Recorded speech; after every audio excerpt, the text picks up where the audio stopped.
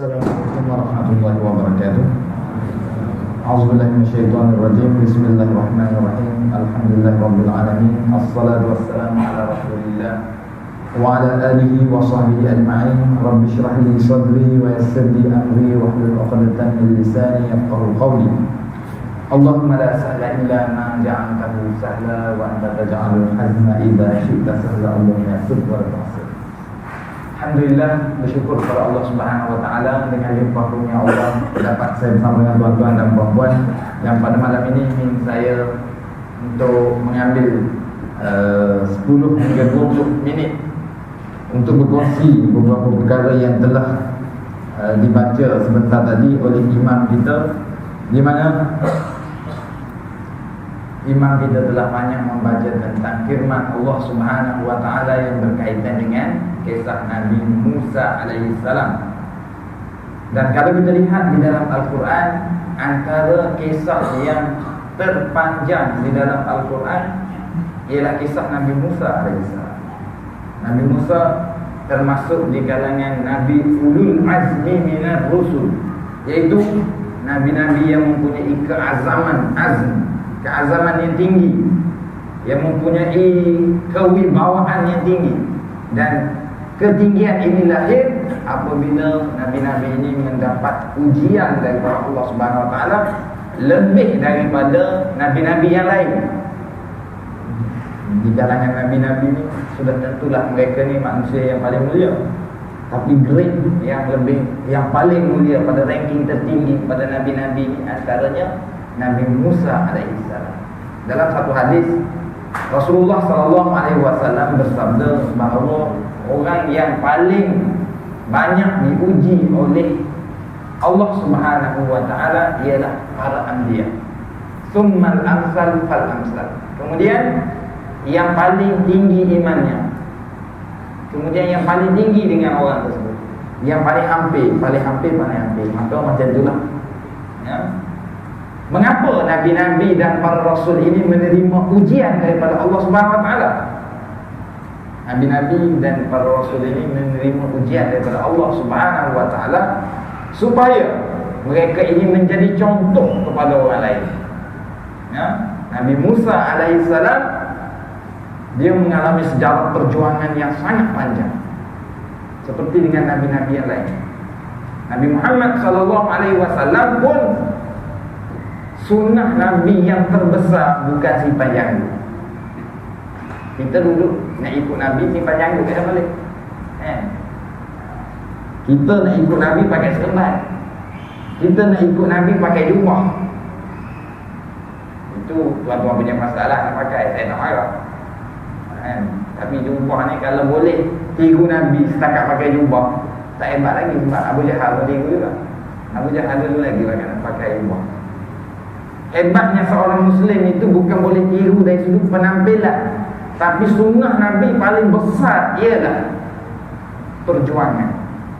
Kerana bukan Nabi Muhammad saja yang berjuang. Nabi-Nabi dari sepanjang zaman sampailah Nabi Muhammad, Nabi yang terakhir, mereka ni tak ada kerja lain. Perjuangan itu menjadi mesej utama dalam hidup mereka. Nabi Muhammad SAW dilantik jadi Nabi. Sebelum tu pun dia berfikir tentang umat tak? Dia berjuang tak? Sebelum dia jadi Nabi tu, dia telah berfikir tentang masyarakat dia. Mana hala tuju masyarakat aku ni kalau macam ni? Kalau yang pandai, petang pergi pasar malam, balik makan benda yang dia beli, kenyang. Esok pergi kerja, balik petang tidur. Macam mana masyarakat aku ni, ke mana nak pergi? Bulan puasa, bulan awal bulan Ramadan dia penuh masjid. Alhamdulillah ni penuh juga, tapi tak apa penuh. Baru ni berhenti makin baru ni ni dah tak penuh. Sebab apa? Perjuangan. Dia sentiasa berfikir tentang macam mana nak memartabatkan agama Allah, macam mana nak suruh orang jadi baik. Ini kerja mesej utama yang dibawa oleh para Nabi semua. Nabi Musa alaihissalam, saya ni pernah kupas sebab cerita Nabi Musa ni lama. Masa saya mula ceramah dulu, saya ni berceramah lebih kurang 15 tahun. Bila nak pencen Allah Alam. Tapi pada masa tu saya cerita dalam tahun 2003-2004, saya cerita banyak tentang kisah Nabi Musa alaihissalam. Akhirnya ada surau berhentikan saya, sebab saya kata Nabi Musa lawan Fir'aun. Masa tu nama Fir'aun sensitif nak orang Arab. Masa tu sebut Fir'aun gigi, ada orang gigi, perlu keluar. Kita sebut Fir'aun lawan Nabi Musa, dia orang Arab. Apa dah tak? Zaman tu lah, sekarang tak ada. Nak ceritanya ialah kisah Nabi Musa alaihissalam, dan kisah-kisah yang ada di dalam Quran adalah kisah yang hidup. Dia bukan kisah sejarah.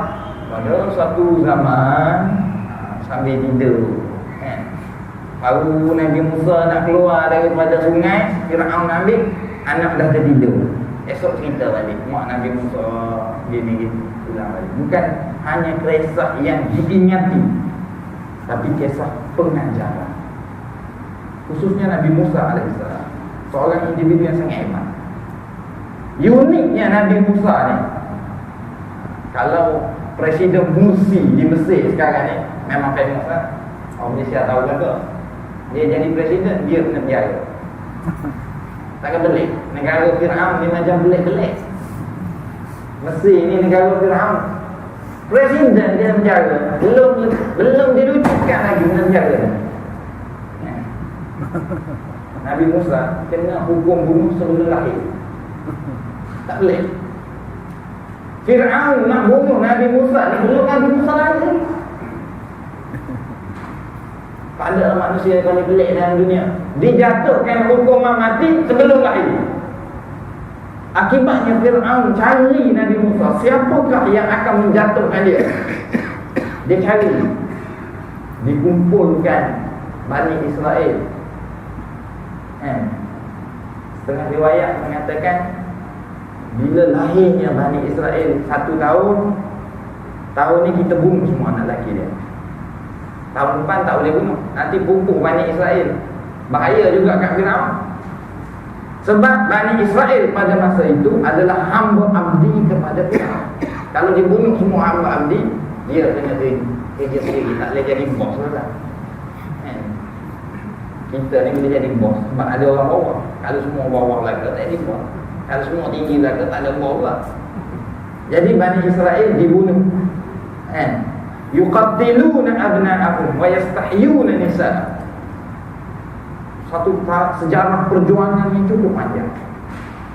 Tapi kuasa Allah Subhanahu wa taala, jika arada syai'an an yaqula lahu kun fayakun. Apabila Allah nak sesuatu itu berlaku, maka dia akan minta berlaku. Walaupun Fir'aun bunuh anak-anak kecil Bani Israel daripada lahir lagi, dia bunuh tak. Dia asingkan lelaki dan perempuan supaya tak beranak. Perempuan duduk sebelah pulau ni, lelaki duduk sebelah pulau. Tapi lelaki perempuan ni tak boleh asing. Dia berenang dia juga. Benda lain boleh asing, tapi lelaki perempuan tak boleh asing. Pergilah asing macam mana pun tak jadi. Jadi akhirnya Allah Subhanahu wa taala menunjukkan kekuasaan. Ini makna kun fayakun. Bukannya kun fayakun tepuknya untuk Nabi Musa. Bukan. Apabila Allah nak sesuatu itu berlaku, dia akan berlaku. Akan berlaku macam mana? Fir'aun sendiri memelihara orang yang akan menjatuhkan dia. Mu nak hebat macam mana Fir'aun? Mu sendiri memelihara orang yang akan menjatuhkan dia. Walaupun kau bertahun-tahun cari, siapakah yang akan menjatuhkan aku? Tapi Nabi Musa alaihissalam, saya cerita secara umum, tuan-tuan balik hari. Tapi jangan pergi kepada sumber yang karut-marut pula. Sumber yang karut-marut ni banyak dalam menceritakan Nabi Musa. Sebab dia di antara cerita Bani Israel. Dalam tu ada Israiliyat. Aku macam mana Ustaz nak beza benda yang betul dengan yang salah? Aku kena mengaji pula tu masalah. Kalau kita baca buku ni tanpa disaring, kita bermasalah. Bunyi apa buat tu? Kita ni di Syria tu di Mesir. Biarlah anak-anak kita berlatih berjihad. Grup jihad perjuangan tu kena ada. Tapi tak tahan kalau guna terbakar rumah kan. Itu agaklah ayat ini satu perjuangan. Dia pula cara lain tu. Jadi tuan-tuan dan puan-puan, Nabi Musa alaihissalam, dia Allah nak tunjukkan satu contoh pada kita. Contoh ni susah orang nak tiru. Kalau orang boleh tiru lah kau Nabi Musa, tak ini hebat pula. Iaitu Nabi Musa ni dia tinggal dalam istana Fir'aun. Tapi disebabkan dia melihat Fir'aun ni zalim, biarpun dia banyak makan budi dengan Fir'aun, dia tidak sanggup untuk terus bersama Fir'aun. Kita dapat satu projek, semua betul lagi. Nah, kita orang bagi benda kat kita, usahakan projek juta-juta, bagi RM50 gigit datang. Semua orang tu betul lah. Ini orang yang tidak ada harga diri. Tapi Fir'aun, walaupun dia bagi makan, Fir'aun bila dia berkelahi dengan Nabi Musa, Fir'aun bakit balik. Macam mana sih?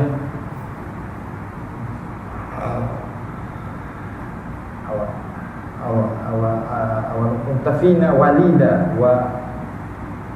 Yang penting bahasa Melayunya ialah Fir'aun bila dia berkelahi dengan Nabi Musa, dia kata, tidakkah engkau masa kecil dulu aku yang sponsor tu bahasa moden lah kan.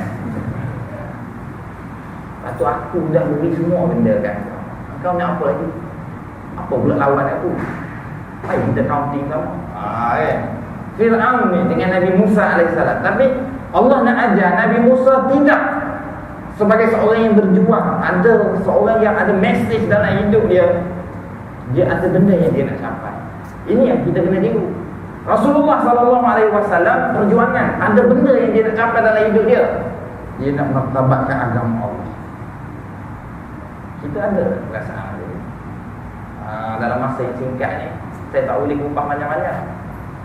Walaupun berlakunya konflik antara Nabi Musa dengan Fir'aun selepas daripada Nabi Musa mula mengajak Bani Israel masuk Islam, lalu disebabkan Fir'aun akhirnya nak bunuh Nabi Musa, Nabi Musa terpaksa berundur lari ke Madian. Kalau kita pergi ke Mesir, kita akan tengok antara Kaira dengan semenanjung Sinai tu. Kalau kita pergi di sana, ada bukit Second Catherine.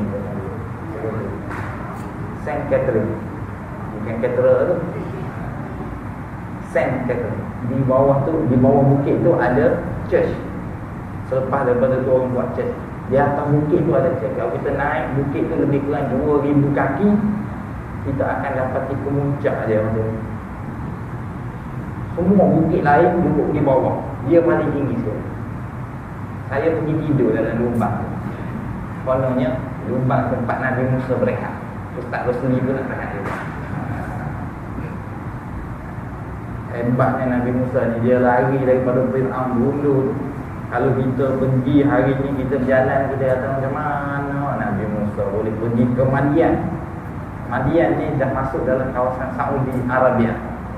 Daripada Mesir, dia berjalan kaki. Sebab apa? Dia berundur sebentar kerana Fir'aun nak bunuh dia. Dalam perjuangan ni, jangan duk kira nak sesi lengan saja. Ada masa kena berundur tu. Tapi berundur tu jangan pula tidur. Berundur mengatur strategi. Sebab tu saya cadangkan ikhwan muslimin di Mesir. Malu juga nak cadang kita ni, siapa sana ramai ulama kan. Tapi dia kena berundur dulu. Jangan duduk lagi, duduk tujuh perasaan. Hari ni 100 lebih orang. Pagi tadi dia mula tembak 100 orang lebih. Lepas tu buka dada lawan dengan M16. Mana nak menang dada ni kan? Ada ayat Quran pun kata kabur dada kita. Rakyat yang tak ada senjata nak lawan orang yang ada kapal terbang. Secara logiknya kita kena turun dulu. Kita kena buat hiru macam Arbakan. Arbakan bila dia kena lanyak oleh tentera, dia jadi presiden, masuk penjara. Sebiji macam Mesir. Apa yang dia buat, lahirnya orang lain yang take over perjuangan di bahagian depan, iaitu Erdogan. Dia bawa mesej yang sama. tapi dengan nama yang lain. Tukar strategi. Gerakan Islam kena cerdik. Nabi Musa ni cerdik. Masalahnya perjuangan Nabi Musa ni bukan jenis perjuangan berapi-rapi. Orang mari langgar dengan kerak senyap. Ini perjuangan ni, dia kena ada strategi. Saya nampak hari ni gerakan Islam kehilangan strategi. Sebab apa? Sebab pengikut gerakan Islam lebih bergantung kepada semangat berbanding dengan pemikiran. Ini masalah. Bakar semangat. Saya mari lemah itu lagi. Itu kelemahan orang yang bergantung pada semangat. Tapi kalau orang tu bergantung kepada strategi, dia jangka panjang. Nabi Musa alaihissalam, dia telah menunjukkan taktik perjuangan yang cukup baik. Dia pergi dakwah kepada Bani Israel. Akhirnya apa yang perlu? Tengok ni, kecerdikan dan strategi yang tak ramai orang boleh buat. Akhirnya Fir'aun memang tak nak masuk Islam. Nabi Musa nego pula dengan Fir'aun. Oleh itu macam ni, kamu tinggalkan Bani Israel ni untuk aku. Kamu nak macam mana pun ikut ni. Lalu Bani Israel ini dibawa oleh Nabi Musa alaihissalam lari daripada Fir'aun. Fir'aun mula-mulanya dia setuju, tapi bila dia kaji balik strategi Nabi Musa, rugi dia. Lalu dia pun dia kejar. Itu yang menyebabkan Fir'aun kejar balik Bani Israel, yang akhirnya Fir'aun tenggelam dalam Laut Merah. Al-Karru wal-Farru dia panggil. Peperangan, strategi berlawan ni ialah Al-Karru wal-Farru. Sekali-sekala kita serang, sekali-sekala kita kena berunding. Dia tak boleh main gitu saja. Kita tengok pada strategi. Oleh itu, masyarakat perlu dibimbing ke arah menyedari hakikat sesuatu benda itu dengan bijaksana, bukan berdasarkan kepada semangat yang membakar, yang hilang daripada asas-asas yang benar. Ini yang payah ni. Sebab masyarakat ni kadang-kadang satu hal juga, dia semangat je lagi. Lepas tu, ustaz ke depan, saya ikut ustaz. Ustaz lepas, saya lagi. Ini yang masalah ni. Jadi, mudah-mudahan kisah Nabi Musa alaihissalam, tuan-tuan rujuk balik. Rujuk balik, tuan-tuan tengok dalam Al-Quran. Bergantung banyak pada Quran, kemudian tengok penerangan-penerangan dia. InsyaAllah banyak sangat memberi pengajaran kepada kita. Kerana Nabi Musa ni, dia bukan sahaja dari sudut perjuangan dengan mendidik raja, berjuang melawan raja yang zalim ketika dia berdepan dengan Fir'aun, tapi dia juga berjuang melawan, membetulkan masyarakat yang bodoh. Fir'aun, Nabi Musa alaihissalam, dia memimpin Bani Israel. Bayangkan, Bani Israel ni kerak kepala pun dia, bengong pun dia. Bila selamat lari daripada Fir'aun, pergi ke menyeberangi Laut Merah, dia dah maki Nabi Musa alaihissalam. Dia tak percaya kepada pertolongan Allah Subhanahu wa taala. Padahal bila mereka sesat, Tuhan kata, idrib bi'asakal hajar, wahai Musa, pukullah tongkat engkau tu pada batu. Fanfajarat isnata asyrata aina, lalu terkeluarlah 12 mata air. Bani Israel tengok lagi kekuasaan Allah Subhanahu wa taala. Tapi apabila Tuhan kata, Ulul ardal muqaddasatan allati kataballahu alaikum, pergilah ke Palestin. Allah nak suruh kamu jadi penghuni Palestin. Kamu kena pergi serang kaum yang memerintah Palestin pada masa itu, kaum Amalekah. Bani Israel kata, idhab anta wa rabbuka faqatila inna hahuna qa'idun. Baru tadi makan jasa, Tuhan dah selamatkan dia daripada Fir'aun. Bila selamat, Tuhan kata, pergi berjuang kamu menentang kaum Amalekah. Dia kata, kami tak boleh. Waktu geng tu kuat, kita ni mana ada kuasa. Ada tak di Fir'aun, kamu dah selamat. Yang ni Tuhan suruh pergilah. Dia kata, idhab anta wa rabbuka, wahai Musa, pergilah dengan Tuhan. Kami nak di sini, kami Selesa dah, pokok ada, buah pasar malam ada, buat apa lagi? Jangan fikir penat-penat kita ni, fikir hidup sudah lah.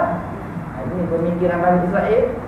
Dia hanya berfikir untuk dia hidup di dunia. Dia tak fikir mesej yang lebih besar. Saya tak nak panjangkan. Dan ini makin lama makin semangat ni. Jadi mudah-mudahan kita dapat sedikit banyak pengajaran. Baca Al-Quran. Jangan lupa baca Quran. Quran memberikan cerita yang paling tepat dan paling pendek dan padat. Quran. Saya tak suka kalau baca cerita-cerita sejarah ni Bani Israel, cerita daripada Israeliat. Dia mengalut lagi. Tapi kalau dalam cerita dalam Quran, dia memang tepat dan padat. Memang dia nak beri pengajaran yang penting-penting kepada kita. Saya sudahi dengan wabillahi taufiq wal hidayah. Wassalamualaikum.